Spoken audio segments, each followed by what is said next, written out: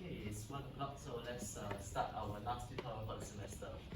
So before I go on to these slides proper, there's a few slides I want to cover also, which is not in these slides, but it's from my semester as a 3230 student. Like our tutorial, we went through this slide. So yeah, this is the basic definition behind approximation ratio. So usually you're interested in comparing how good your solution is with respect to the optimal solution. So usually like whatever optimal solution you get, you denote it by convention you denote it by like star or something, or sometimes you also write the letters like OPT. These two things refer to like the optimal solution, or like the best possible solution that you can get. And then you want to compare it to what is the actual output of your algorithm, which is some less optimal solution. So when we talk about approximation algorithm, we actually define it differently for the two cases. So for example, if you have a maximization problem, your algorithm outputs like some score, like some solution X, and one thing that is immediately clear is that if you have a maximization problem, any valid solution that you have, which is to say any solution that can satisfy all of the constraints in the problem, it has to be at most the maximum, like the optimum value, because the optimum is the maximum possible value. And so because of that, we define our approximation ratio alpha as like the ratio of the optimum to whatever you manage to get. So one thing you observe is that this approximation ratio is at least 1. So then this just like, in both cases the approximation ratio is at least 1, and that serves as a quick sanity check, because if at any point you realize your approximation ratio is less than 1, then that means you're doing something wrong already. Because if your approximation ratio is less than 1, it means you're somehow doing better than the optimal solution, which is impossible. Yeah, then similarly for a minimization problem, the optimum is still the best possible solution, so it is the minimum possible solution. Therefore, any solution that your algorithm can output, as long as it satisfies all the constraints, it's a valid solution. Whatever the cost of it is at least the minimum possible solution. So here we define our approximation ratio to be the cost of our solution versus the optimal solution. So again, you get that the ratio here is at least 1. Okay, and for how to get an approximation algorithm, two general approaches to it. So one is you basically have some kind of like heuristic or some kind of method that you know doesn't produce the correct answer, but it produces a good enough answer that we can get an approximation bound on it. Right, and another way that is, I'm not sure whether it's in this year's syllabus, but in my year's syllabus is not in the syllabus. In my year it's not in the syllabus, which is you can actually formulate like all these anti-hard problems. You can formulate them as integer linear programs, right? So you can actually relax all of the integer linear programs to regular linear programs, and then you can get like some fractional solutions and things like that. And then you apply whatever techniques you want, like rounding or something, to get some kind of solution to your original integer linear program. And for some problems, if you apply this technique, you can actually get some kind of approximation bound on it. So I think there's quite a simple example, which is if you use linear programming to solve vertex cover, you can also get, I believe, a 2 approximation to minimum vertex cover.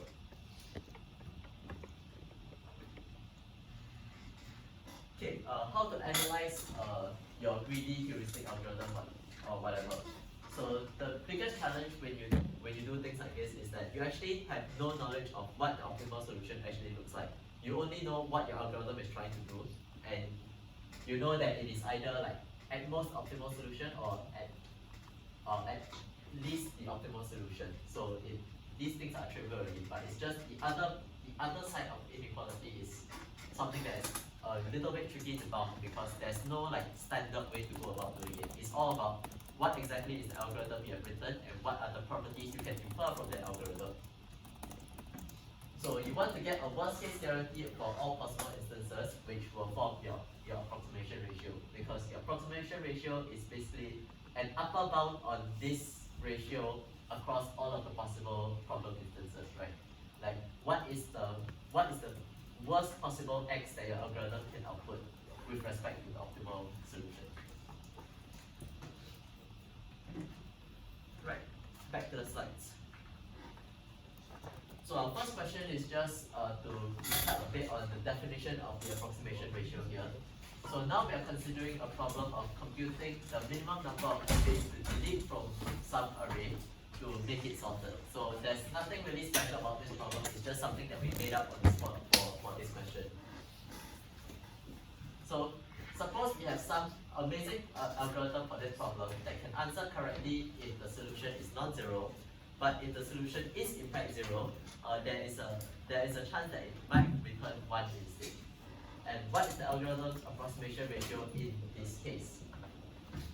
So first of all, here our approximation, our optimization problem in question is we are trying to find the minimum something. So it is a minimization problem, so that means we need to apply this definition here. And so the approximation ratio is what you output over what the optimal solution is. And you realize that for most of these problem instances, which is if the solution is non-zero, you get like an exact answer. So for those cases, like the ratio is 1, but our approximation ratio that we're interested in is an upper bound on over like all of the possible input instances that we give it. And so in particular, if you give it an already sorted array, so the solution is 0, then you get that the optimum is 0, but your algorithm will return 1. Sorry.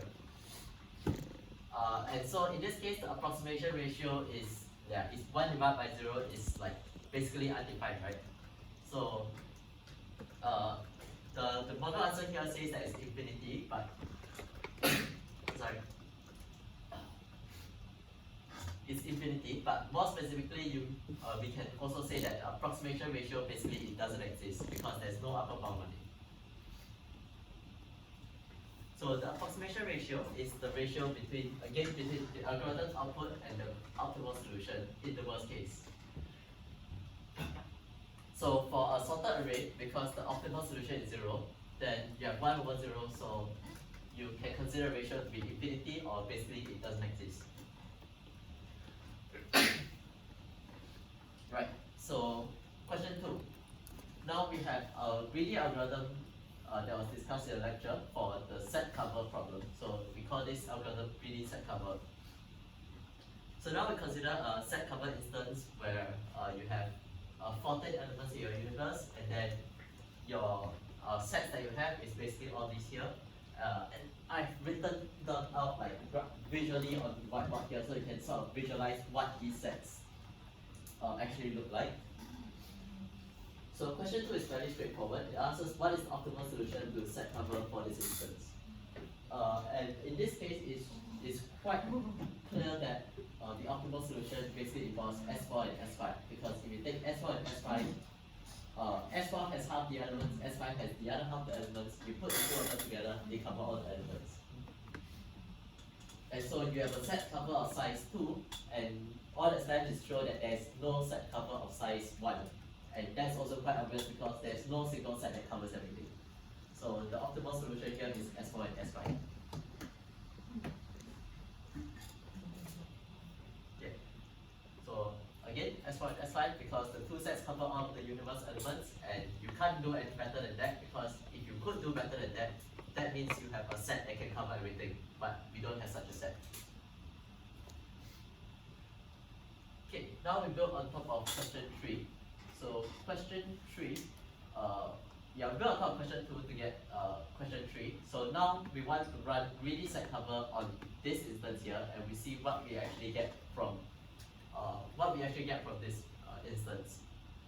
So greedy set cover basically says that basically U is the set of all our uncovered elements, right? All the elements that we haven't covered yet. So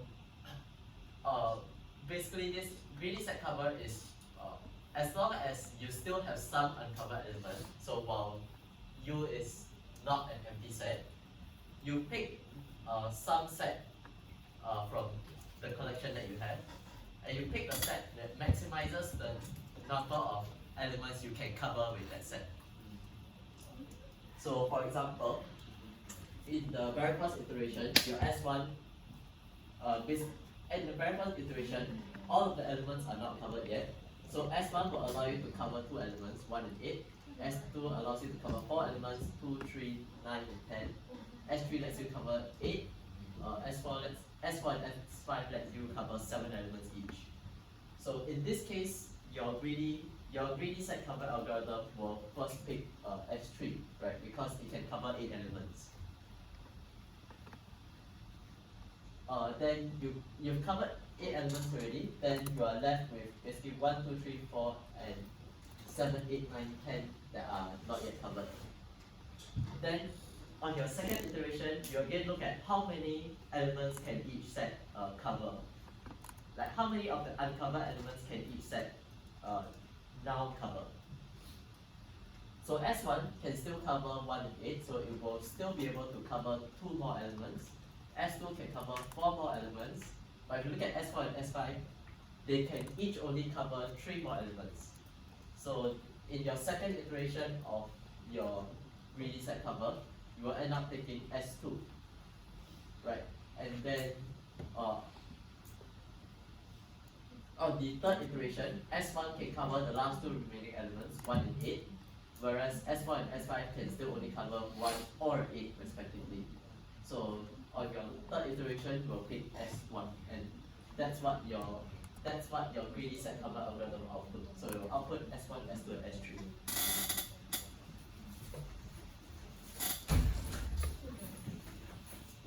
Right. So again, after your first iteration, your S3, because you can cover up to 8 elements in it, so you'll pick S3 in the first iteration. On the second iteration, you pick S2, and then finally you pick S1. And you realize that here you pick three elements where the optimal solution only involves 2. So it's actually not an optimal solution, and the ratio here is around like 1.5.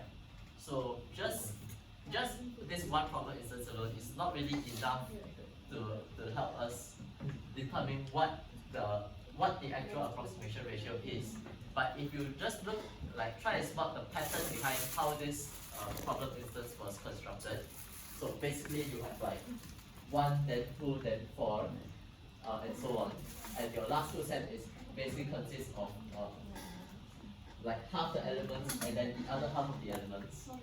If you construct a problem instance like this in general for like arbitrarily large n, then you can then show that the approximation ratio, or like the ratio given by the algorithm, will always be like omega of log n. And because I believe it's also shown in the lecture that the approximation ratio is also at most O of log n. Therefore, you know that the approximation ratio for this greedy set cover is theta of log n.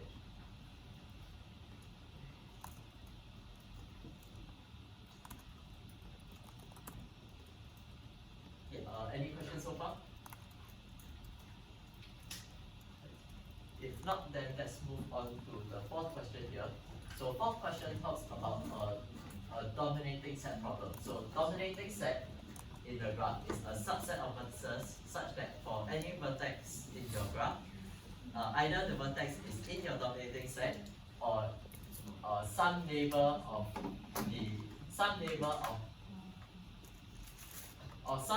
your vertex of that vertex is in the dominating set. So at first glance, this looks very similar to the minimum vertex cover problem that we've seen a few times already, but there's actually some slight differences between the two problems. So I'm going to construct an instance now where the dominating set and the vertex cover are not the same.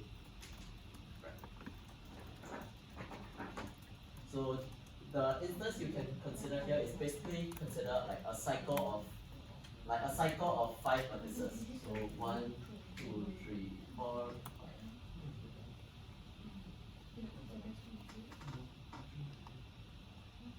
Right, you have a cycle of 5 vertices, then your minimum vertex cover here has got to be like at least 3, right? Because let's say you just pick this one here, and then you can pick another one here. But then to cover this last edge, you need to pick like either one of these two as well, right?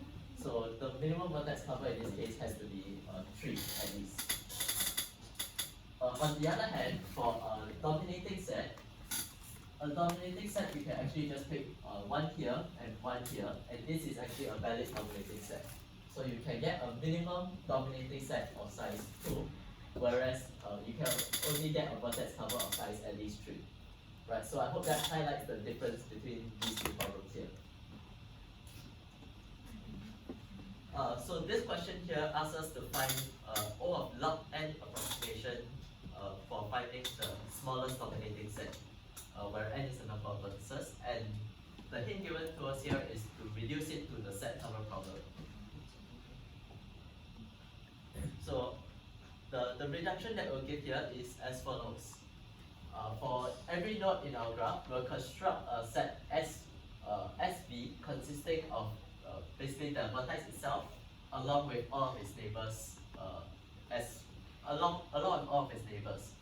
So intuitively, what it's trying to say is that if I have a set SV, like if let's say this is our vertex V, then SV basically consists of V as well as all of the vertices that it can cover as well. So if you take the set SV, then you are covering not just V itself, but also all of its neighbors. Right, so this will be like your SV. And so if you can find a set cover on once you have transformed all your vertices into sets, then you find a set cover on that. Like on that transformed instance, you'll get back it'll correspond exactly to a dominating set back in your original graph, right? Because based on what sets you take for your set cover, you can just translate them back into a dominating set in your original graph.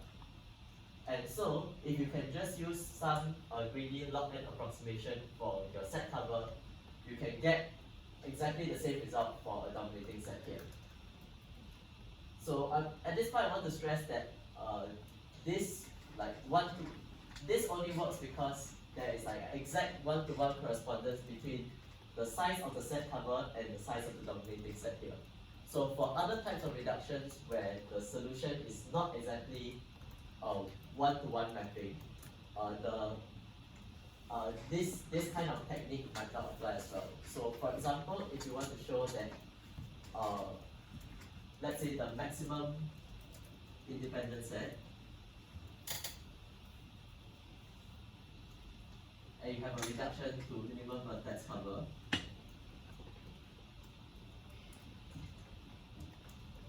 and I think it's been shown in the lecture that for your min vertex cover, you can get 2 approximation for min vertex cover. But if you have a min vertex cover of size k, this doesn't imply you have a max independent set of size k, right? It means you have a max independent set of size n minus k. So even if you had a 2 approximation for minimum vertex cover, you can't actually use that to help you solve the max independent set problem. So this kind of like mapping where you transform a problem instance, you approximately solve the transform problem instance, and you map it back to your original problem. This only works in specific cases of reductions where you realize that the problem instances exactly correspond to, like, the solutions between the problem instances exactly correspond to each other, right? So just to repeat one last time, if you have a set cover, if you have a set cover for the transform instance here, it exactly corresponds to a dominating set of the same size in your original problem. And that is why if you can use a log n approximation for set cover, whatever answer you get for the set cover, you can directly get a same size dominating set in your original problem. Okay, on to our last question for today. So again, we're talking about the set cover problem here, but we are actually going to define a slightly easier version of the set cover problem.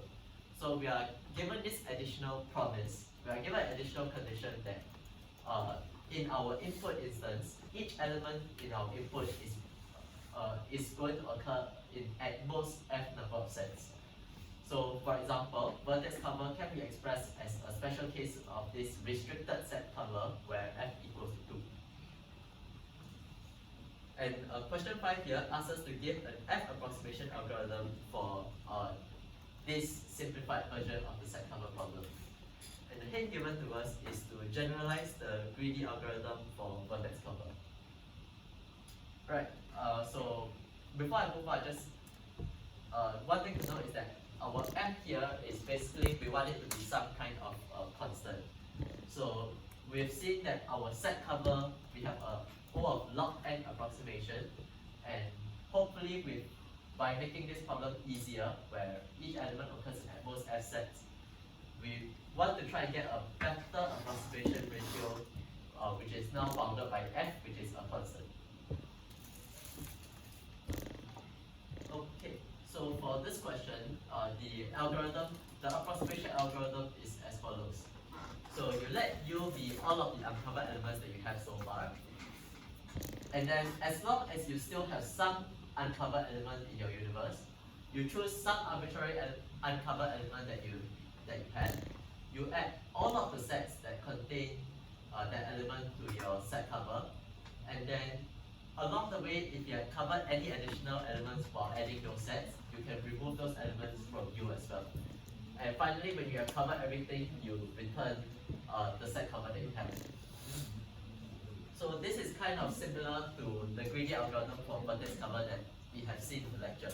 If I remember correctly, the greedy algorithm for vertex cover says that like whenever you encounter an edge, like U and V, you add both U and V to the vertex cover, which sounds like a very stupid thing to do, but if you actually do the analysis properly, you'll actually realize that that algorithm gives you a true approximation. So this is a similar idea, right?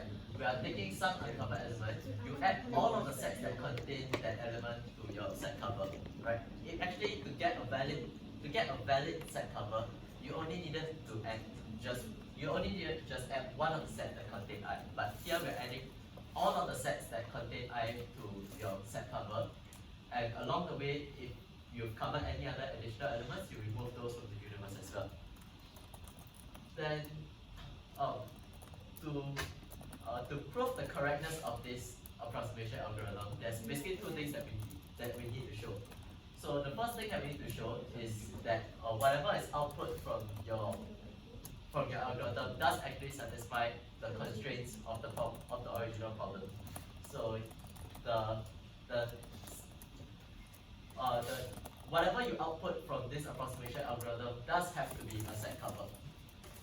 And once you have shown that this is in fact a set cover, because we are dealing with a minimization problem here, if you can show that this is true, then this also gives you, immediately gives you this side of the inequality as well, right? Because the optimum is the minimum possible set cover, so any valid set cover will be at least the value of the minimum possible set cover. So once you have shown this, then all that is left is for you to show this. But first, let's talk about why is C a set cover here. And you can actually argue this in a few different ways, but basically the general idea is that our algorithm only terminates once you have covered all of the elements already. And you suppose there's some element that has not, suppose you don't have a set cover and that your C does not actually cover all of the elements, just somehow. then if you go back to the algorithm here, our loop is actually, we're still looping while we still have some uncovered element, right? And we only terminate the algorithm once we have covered all of the elements. So it's actually not possible for there to still be an uncovered element at the end of the algorithm. Yeah, so as long as there is still some uncovered element in the universe, then your algorithm will not have terminated. So that's a contradiction there. And so by the time your algorithm terminates, your whatever you get, the C that you get must have been the set cover. Okay, so finally, we want to show what is the like a bound. We want to show our approximation bound for this algorithm. So again, the left hand side here is trivial because we can, by claim 1, since it's a valid set cover already, it is at least the size of the minimum set cover. And so now we're interested in basically the second inequality here. And to do this, we need to come up with an additional variable here, which we'll call A. So we let A be the set of all the i's chosen by the algorithm in the first step of the loop. So what this means is basically, if we go back to our algorithm here, we have our loop while u is not empty, and then we choose an arbitrary element I. So our set A basically consists of all the different choices of I that we have made throughout this algorithm. So for example, in the first iteration of the algorithm, you will add let's say some element I1, right? Then you add all the sets that contain I1 to your set cover, and along the way, if you have covered any other elements as well, you remove them from the universe. On the next iteration of your algorithm, you are picking another uncovered element, and let's call this I2. Again, you are going to add all the sets that contain I2 to your set cover, remove the elements, that have become covered from your universe. On your third iteration, again, you pick another uncovered element and you repeat. Right, and so by the time you have, you repeat until you have covered all of the elements in the universe. So this A is not something that is like actually being computed by the algorithm, but it's just like something that we are defining to help us with our analysis along the way. So once we have this A here, there's actually one observation that we can make about A. So that is that our optimal solution here has to be at least the size of A, because for each I inside of this A, you need a distinct set to cover it. And to see why this is the case, we consider like what happens like after you are done processing I1, and then once we have processed I1, we have added all the sets that contain I1 to our set cover already. Therefore, by the time we have to go to our second iteration, just like the fact that we were able to choose an uncovered element I2, that means I2 does not share any sets with I1 at all. Right? And similarly, when we move on, once we are done processing I2, we go to our next iteration. The fact that we are able to choose I3 as an uncovered element means it did not share any sets with I2 or I1. And then so on and so forth. So what you get is that for each of these i's inside of A, all of these do not share any common sets with each other. And therefore, even for the optimal solution, the optimal set cover cannot come up with any sets that cover more than one of these elements at the same time, right? Because they do not share any common sets among each other. So this gives us our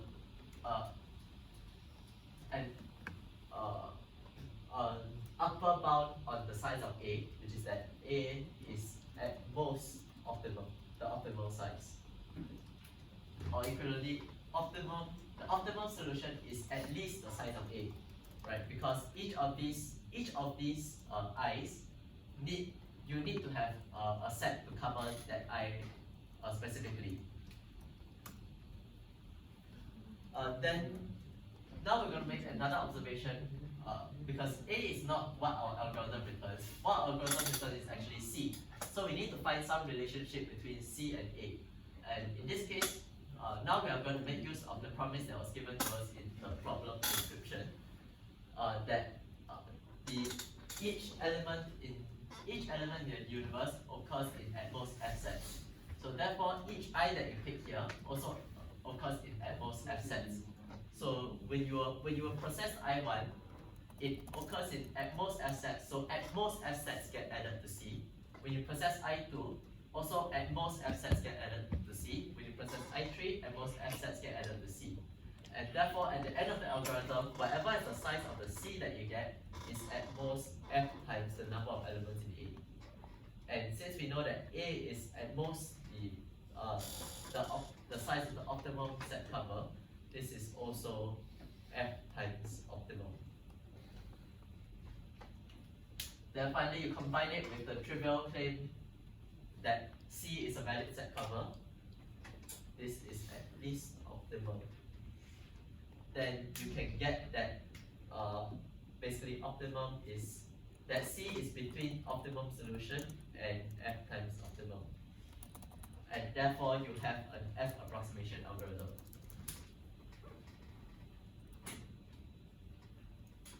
Yeah, and that concludes question 5. That concludes the tutorial for today. So if there are no other questions, then it's the last tutorial it's the last tutorial of the semester already. So I know that for most of you here, CS3230 is the end of your algos journey. For some of you, this is going to be the beginning of your algos journey. But in either case, I wish you all the best in your future endeavors. And yeah, thanks for coming to class.